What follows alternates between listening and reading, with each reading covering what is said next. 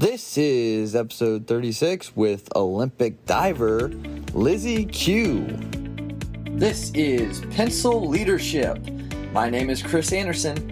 And finally realizing my master's degree only taught me so much, I decided to start on a journey to learn more about what it truly means to be a pencil leader and how we can leave a positive mark on people and the world around us. So each week, I'm going to bring you a topic or a guest that will help guide us on our way to grow and leave a positive mark wherever we go. So if you're ready, take out your pencils and let's begin. So today we are blessed to have Lizzy Cui on Pencil Leadership. Now, Lizzy is a special guest. She is actually an Olympian. She is on the New Zealand Olympic team. She's a diver, and she's also a 5-time national champion and record holder. Now, a cool thing about Lizzy being on an Olympic team is she was the first diver since the 92 games to be on New Zealand's team. And she's also competing at LSU. She actually is working on a master's. She just graduated, but she holds the 3-meter record. She's a 4-time SEC silver medalist and a 7-time NCAA All-American and one of the most decorated divers at LSU. So Lizzy, welcome to Pencil Leadership. Thank you. Thank you for having me. No problem. Super excited for you to share your story, dig in a little bit of what it's like to be an Olympic athlete and just how you've grown through eating disorders and just as a person. So I guess starting, how long have you been diving? So I started diving at around age 9. I was always into my sport. I was a gymnast prior and a swimmer. And then, I just bouncing around sports as kids do, and diving just stuck. I really enjoyed it. I really enjoyed the people I was around. I don't know why it stuck, but it just did, and here I am 14 years later. That's awesome. So when did you know that you were decent at diving or pretty good at diving? I've always been a competitive person. I've always wanted to be good at whatever I do. I knew that I was pretty talented, but I never really had a drive to be the best. I just was having fun and wanted to do whatever I was doing well. It wasn't until I'd say, I'm not sure what age, but I think around 14, maybe 15, that I just started thinking about the Olympics and where it would go. Cool. So I think around there, yeah. That's awesome. So how old were you when you joined the Olympic team? So I was 18 when I qualified, and it was my 19th birthday when I competed. That's so cool. Yeah. How'd it go? How was that like? Like, what is that, the feelings, the emotions of being in the Olympics? It's such a hard thing to reflect on. I bet. Because it's like most athletes' dream. It just, for some athletes it seems like out of reach, and even for me it did seem out of reach. So when I qualified, it really did take me by surprise, but I can't explain how much joy that gave me, and I couldn't believe it, and I still honestly haven't fully processed it. But it was an absolutely life-changing experience, and I wish I could go do it again. Yeah. Are you eyeing Tokyo? If they so I've actually qualified for Tokyo, so I will be doing it again. But thank you. It's going to be different this time, knowing what I did in 2016. It'll be more of I think I'll be able to take it in more and really appreciate everything. I'm sure. Especially now, since we're waiting a whole nother year, it will just mean that much more. That's so cool, though. That's awesome. Yeah, I think it's neat how you said you're competitive, but you weren't ever kind of focused on being the best, but you're still now succeeding and being one of the best at LSU and being in the Olympics. And so how long do you see yourself diving? I don't know divers' careers and things like that, but do you see yourself doing it for a long time? So there's not very much money in diving, especially if you're from New Zealand. Okay. If I could get paid, really well and just do this for the rest of my life, I would. But of course, there's an age limit. You can't just be doing this for the rest of your life. And I mean, I have other aspirations outside, like my academic career, and but I don't know. When that time comes, I'm going to reflect after the 2021 Olympics and Yeah. really like reflect on what I want to do. Am I ready to say goodbye? I think I will at least take a break Right. and reflect on where I am. If Yeah. my life takes me to a position where, I can dive again and like it works out financially and I'm just happy, then of course I'll be doing that. But That's I don't cool. know. We'll reflect after. Yeah. Maybe you could be like the New Zealand go-to coach for diving, and maybe it'll be a bigger thing over there now. Yeah, maybe. I haven't really thought about coaching that much, but yeah. That's cool. That's awesome. So what are you going to school for? So I was in school, just graduated in May for journalism, print journalism with a minor in business, and I'm going to get my master's as well as coach the LSU team as an assistant coach. Cool. So I'll be doing that, and I'll be doing my master's in liberal arts, which is non-subject specific. So I get to choose. It gives me a little bit more flexibility. Yeah. That choice has been a little bit harder than I anticipated, like what I exactly want to do at that time. But I think I'm going to take some science classes to just increase my knowledge for science writing, which is ultimately what I want to be doing. Cool. So what would that look like writing science-wise? Like, yeah, so it's an interesting profession. It's not something that people usually do, especially journalists. They don't go into journalism thinking they're going to write about science. But I studied chemistry for a while. I studied chemistry for about 3 years before I switched to journalism. Just with the sport and like the labs, I couldn't do it all. But I still wanted to be involved in the chemistry and the science. And I think it's very interesting. So my job is to understand the science and convey it to the average reader in a way that they can understand and not have to, go through an academic journal, because typically people don't like to do that. Right. Yeah. That's really cool. That's neat to see. You want to go down that path because I had not heard of it really much. And so that's pretty neat. How is it? And so my background was athletic training, so I kind of understand a little bit, but for you, how was that balancing coming over from New Zealand and balancing school and then diving and Olympics and all that? How did you manage all that? I think when you just grow up in sport, you are rushed and forced into managing your time. Yeah. Otherwise, you will just fail. And so it's kind of something like you're just thrown in the deep end and you have to just like learn to swim. And in high school, it was always like, I remember like it's prom here, but like for me, it's the ball.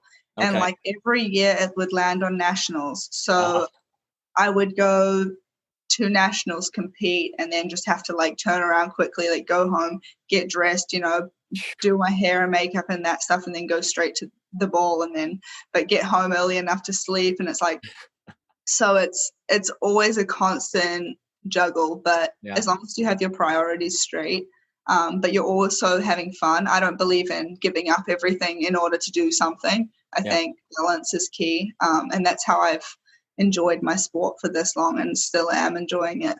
That's awesome. Yeah, I agree. I think balance is such a crucial thing because if we're not enjoying what we're doing, if we're not enjoying the process, then what's the reason? What's the real purpose for it? So yeah, you got to be able to enjoy the process.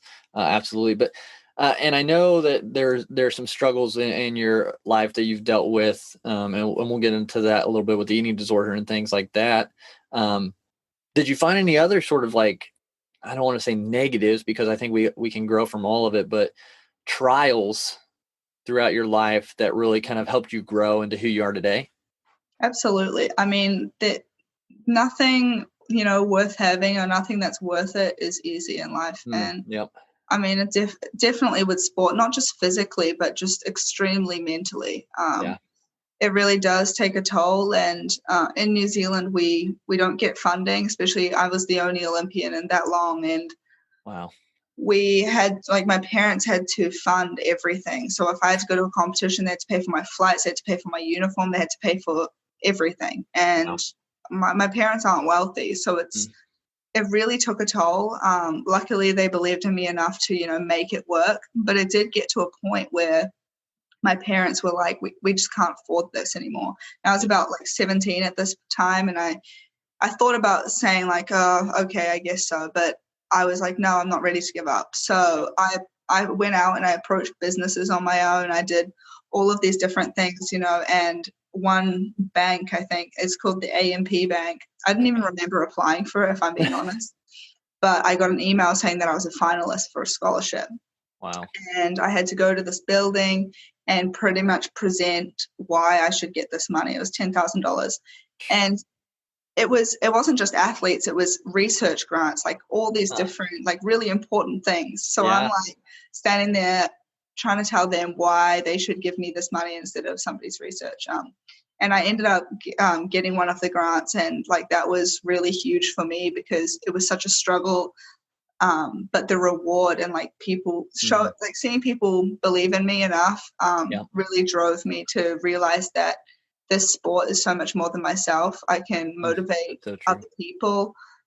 So that's definitely one of the struggles that I've had, is just like financially, which is, I think it's a bit of an odd struggle for a person at my level. Like I still struggle with it now.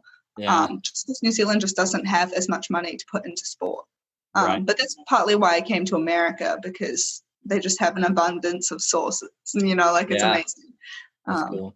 And then, as you know, like the eating disorder, I posted a video about it, just talking about it.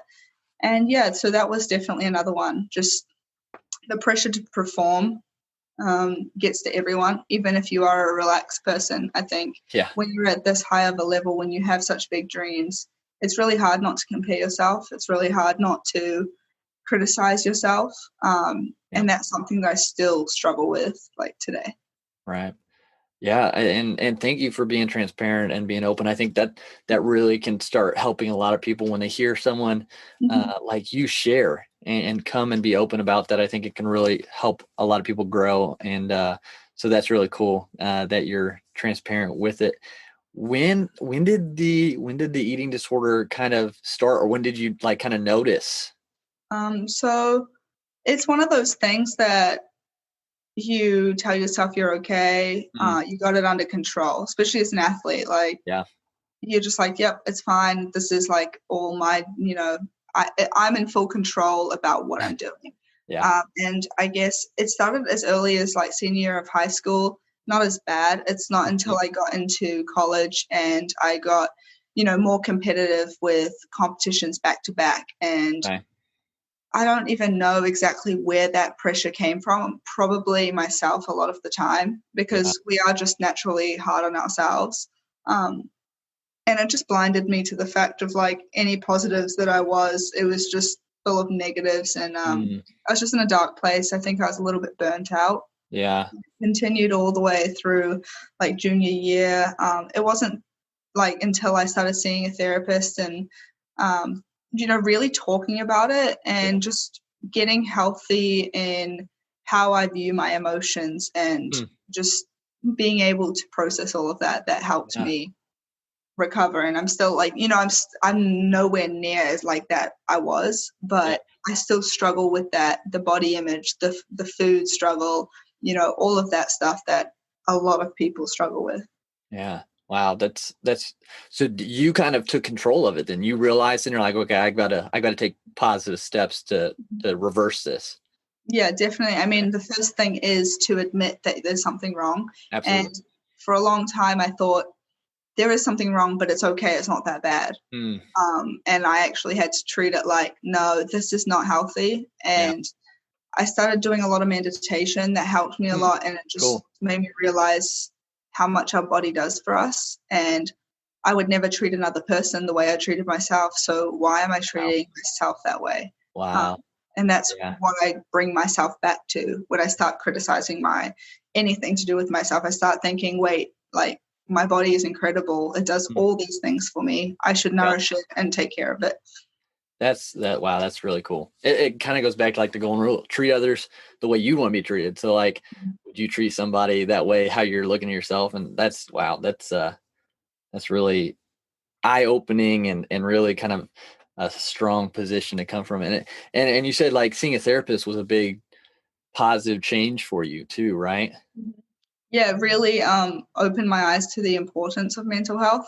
Yeah. And just an awareness that I didn't have before. It was like I was going through the motions, and the brain is, so important, and we work out, we eat right, we do all of these things, but so often people neglect the brain and like our mental health. It's like anything. You need to exercise it. You need to practice. That's why I like to do meditation and journaling and seeing a therapist, all these different things, because it's so important. It really, really does make a difference. And I think it starts with your mental health. If your mental health is good, then most other things are good in your life.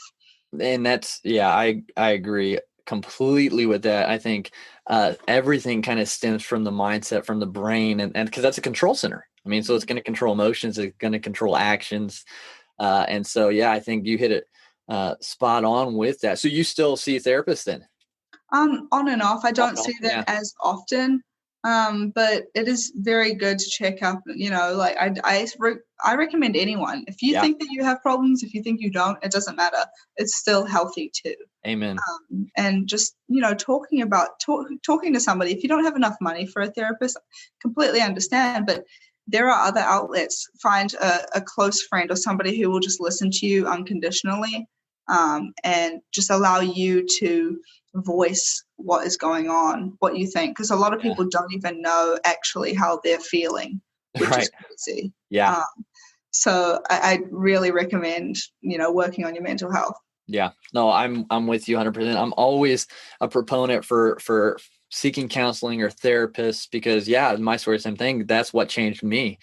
Besides having mentors coming in and speaking positive in my life, that was a big turning point. So I think it's crucial, and I think it's so important, and nothing wrong with it. There's nothing wrong with seeking help in that form. It's a sign of strength in my book to be able to do that. Definitely. And I think a lot has, over the years, I've really realized that who you surround yourself with, what you listen to, all those things on a daily basis is really, really important. If you are listening to negativity, if you're surrounded by people who treat other people bad and treat you bad, your life isn't going to be happy. It's not going to be abundant. It's not going to be, it's not going to be healthy. So I really do believe in like manifesting what you want, seeing that vision, and surrounding yourself with people who are going to help you, and you're going to help them. Like I don't ask for something from anyone that I'm not willing to put out myself. Like I genuinely care about the people around me, and those people genuinely care about me. It's like it's an equal relationship. Yeah. And I think that's right on. I have some mentors, and they say who you tune into, you turn into. And who has your ear has your life. And they say that constantly. It's so true. Like, and everyone's probably heard it. You're the sum of the 5 people you are around. A friend of mine who's does the same thing I do. He said, if you hang around 5 successful people, you'll be the 6th. But if you hang around 5 ignorant people, you'll be the 6th. And so it's so crucial who we hang around. And I think it really does make a huge difference. That's true. And I mean, I think in our youth, we don't really think about that as much. I mean, I know that I definitely didn't like think about that actively, like earlier in my life. But I think, once you grow up, you mature a little bit, and if you have big goals and dreams, you need to start thinking about how you're actually going to make that happen. Like it's up to you. Nobody's going to come pick you up and, give you all these opportunities. You have to do it yourself. Yeah. You got the action. You got to put the action in and put the work in for sure. And I like how you took action, going and seeing a therapist, and then working on your mental health. And you mentioned meditation and journaling. Are those the main 2 things you use to work on your mindset and your thoughts and your brain, or do you do other things as well? It's that, but it's a continuing process. I've recently, I think within the past year, I've really started exploring my spirituality. And I think, being involved in a church or in anything that you believe in, like whether that's, I don't know, if you're a Muslim or if you're, if you're Buddhist, if you're Christian, anything that you believe in, I think that it's good to have a spiritual base. And so I started thinking like mind, body, and spirit. If those things are balanced in my life, I find that I'm happy and that I'm functioning well. But if, like, the mind and the body are great and the spiritual is down, or like the body is down and the mind and spirit, like, they need to be in balance. They need to be in harmony for me to be in harmony. So that's cool. And it just it humbles you to think about, like, what is your purpose here, and it's just really helped me, like, discover, like, what I want to do on this earth, and like I want to impact people in a positive way, and that gives you purpose. And it's just humbling to know that it's not all about you. It's actually about everyone else. Yep. Absolutely. I love it. Yeah. And it's kind of just the whole reason that I started Pencil Leadership was that same thing, and just wanting to make a difference and help people see their purpose and the passions that they have in life and be fulfilled. But yeah, you talking about the meditation, the journaling, and the spirituality, I think about my life. Like if I'm doing like the meditation and the journaling, but then I'm not getting in my Bible, reading there, I'm still lacking. So I can, I notice a difference. Or if I'm not reflecting, journaling on what I'm reading, it's imbalanced. Yeah. So it's like a Trinity kind of three things there. I like that. That's really cool.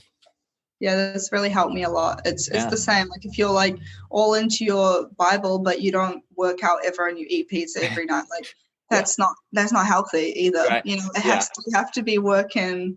It has to be all in harmony. And so whenever I feel like not very good, or I just feel like I'm not feeling great, I reflect on that. I'm like, okay, what am I doing for my body? What am I doing for my spirit? What am I doing for my mind? And like, if I'm like, oh, I actually haven't done anything for my mind this week, like I will pick up my journal, or I'll meditate or something like that. And it often makes me feel a lot better. Yeah. That's awesome. Yeah. I think everything's in tandem. I think everything works together. So it's a huge part of it. What would you say to maybe athletes, or just people in general who are listening to this, who might be struggling with maybe not just an eating disorder, but maybe just feeling off, maybe not feeling fulfilled, and maybe stressed, overwhelmed? What would maybe some advice you would give just from your perspective? Yeah, that's a lot, but I think the number one thing is to be patient with yourself, give yourself grace, like realize that you're okay and that you are doing your best. And I would definitely suggest to talk to somebody that you trust, because I really believe that if you're holding on to emotions, they're going to come out in some way, shape, or form, whether that's physical pain, whether that's, anger and frustration or sadness, it's going to come out. So releasing that either on like a pen and paper and a diary, or, talking to somebody, just getting it out there. They don't need to offer any advice. Just speaking your mind will take a weight off your shoulders. So I really think that would be the first step. Yeah, I love it. I think that's so true, because I used to be real bad about internalizing everything, even good things, like just keeping it all inside and just build up, and either make me sick or just make me kind of like blow up all at once, and like whether that be anger, just kind of just getting down real quick. And so I think getting it out on paper or in word or with somebody is so crucial. I think it's a huge part of growth and healing. Absolutely. It's incredible how connected the mind and the body are. People think that they're different, but they're not. Often when you're super stressed, you get a cold or you get sick, and it's not a coincidence. It's because they're out of whack. You need to treat the mind and the body the same, and give it love and nourish it, not abuse it. But absolutely. I mean, a lot of people internalize what they feel because they think that they need to be strong. They think that weakness, vulnerability is weakness, but it's not. It makes you stronger. It just benefits you in so many ways, and it benefits somebody else for them to listen to you be vulnerable, allows them to feel like they can be vulnerable too. Yeah. And that was a huge turning point for me, was realizing that, like, being vulnerable, like, allowed others then in that vicinity to be vulnerable. They're like, okay, if he's doing it, if he's opening up, and maybe I can too. And so my mind went to, okay, I'm helping people. Like, I'm being vulnerable. That's going to help somebody. Okay, I can deal with maybe the anxiety or the stress of being truthful and being open, but it could help somebody. So I think, vulnerability is key. Yeah, it really is. And that, like the video I posted with my friend, we had such great feedback from that. For Just sure. people that I had no idea that would struggle with such a thing were, emailing me, messaging me, saying thank you Hmm. for doing that. And I just felt like so much joy knowing that, even though we went through a struggle, that it was for a reason. And I really do believe everything happens for a reason. Yeah. That's why any struggle that I go through, any trial, I take it as a positive, because Hmm. maybe somebody else is going through a similar thing and I can help them. Yeah, that's so true. Yeah, because yeah, our journeys. I mean, we learn, we go through hard times, but yeah, like you said, it could be someone else's learning point. Like they'll be able to learn and grow from that, even though we went through it. And the second trait of pencil leadership is that pencils have to be sharpened to Yeah, have a point and leave a mark, but they're going to be painful, but they're going to make you better. And so it's the same thing kind of there, like you put out. that's good. I like that.